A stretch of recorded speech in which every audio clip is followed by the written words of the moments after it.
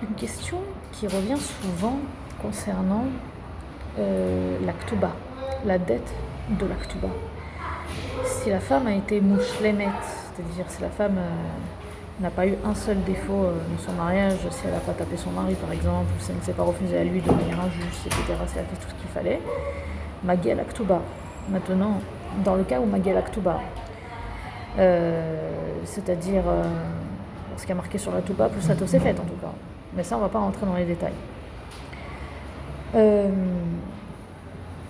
Comment en fait le mari est autorisé à la payer? Est-ce qu'il peut remplacer la ktuba par quelque chose d'équivalent? Comment il peut en fait payer sa dette tout simplement? La réponse est très simple, c'est-à-dire en nature, en liquide, d'un seul coup. C'est tout. Voilà. C'est-à-dire, une fois, par exemple, on m'a présenté un cas, le mari, il voulait faire une douille à sa femme en disant ce que je te donne en l'actuba, ça va être compensé en te donnant, par exemple, un certain pourcentage de ma société. Et moi, personnellement, j'ai conseillé à la femme non, parce que ce n'est pas une valeur équivalente, déjà. Et deuxièmement, l'actuba doit être payé en liquide, c'est tout. À moins qu'on lui donne vraiment un objet de valeur qui a l'équivalence exacte et qui n'est pas fluctuable dans le temps de la valeur qui est proposée en fait dans l'actuba. C'est par exemple l'actuba, c'est marqué 200 000 shekels.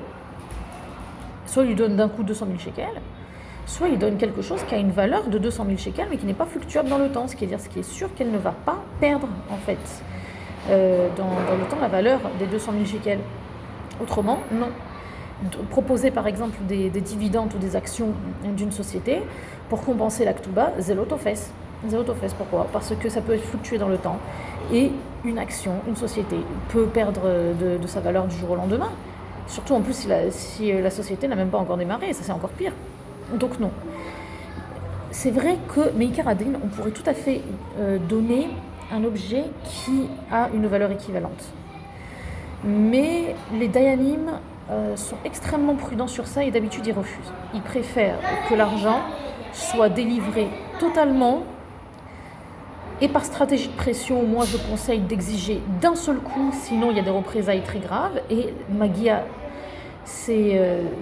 Magia là, en fait Magia là à la femme que si elle était parfaite, eh bien, on lui doit sa ktuba, c'est tout à fait normal. D'un seul coup, c'est normal, elle a le droit de le demander. Maintenant, il est vrai que les dayanim peuvent aussi proposer une pshara de telle manière à ce que les deux parties soient gagnants et que les choses se passent de manière beaucoup plus paisible. Par exemple, ils peuvent proposer, bien évidemment, ça n'arrive pas toujours, c'est Magia l'Aktuba. Maintenant, au lieu de 200 000, ils peuvent lui proposer, on va prendre 190 000 pour pas qu'il te fasse de problème. Ou alors, ils peuvent proposer, on peut s'arranger, à maximum 2 ou 3 paiements et avec reconnaissance de dette, avec un échéancier, avec des chèques déjà signés, etc. si tu es d'accord. Mais il faut que tout ça soit encadré par un beddin mousmar compétent, par des avocats compétents, des toranim rabbanim compétents, et il faut que la halakha soit respectée à la lettre. Donc, pas de douille. Il n'y a pas moyen de se débarrasser de la dette de l'actuba autrement que par la payer, telle qu'elle est écrite dans l'actuba, c'est-à-dire si tu n'arrives pas à la payer, tu peux pas remplacer par exemple l'actuba, tu peux pas la transformer en mésonote par exemple, ça c'est pas possible. Les fichiers tataroche oui, mais les fichiers kranarour non, ça tu peux y courir. Il faut que tu la payes telle qu'elle est. On peut accepter 2-3 paiements, mais normalement, on ne va pas accepter plus que ça, sinon ça s'appelle plus une ktuba, ça s'appelle des mésonotes, et ça, c'est pas possible. Donc, tu te débrouilles, monsieur, tu prends un emprunt à la banque, tu vends ta société, tu vends une voiture, tu fais ce que tu veux, mais tu payes à la femme ce que tu lui dois. Il n'y a pas d'autre moyen d'échapper à l'actuba que de l'affronter en face et de la payer. Je vous souhaite une bonne journée.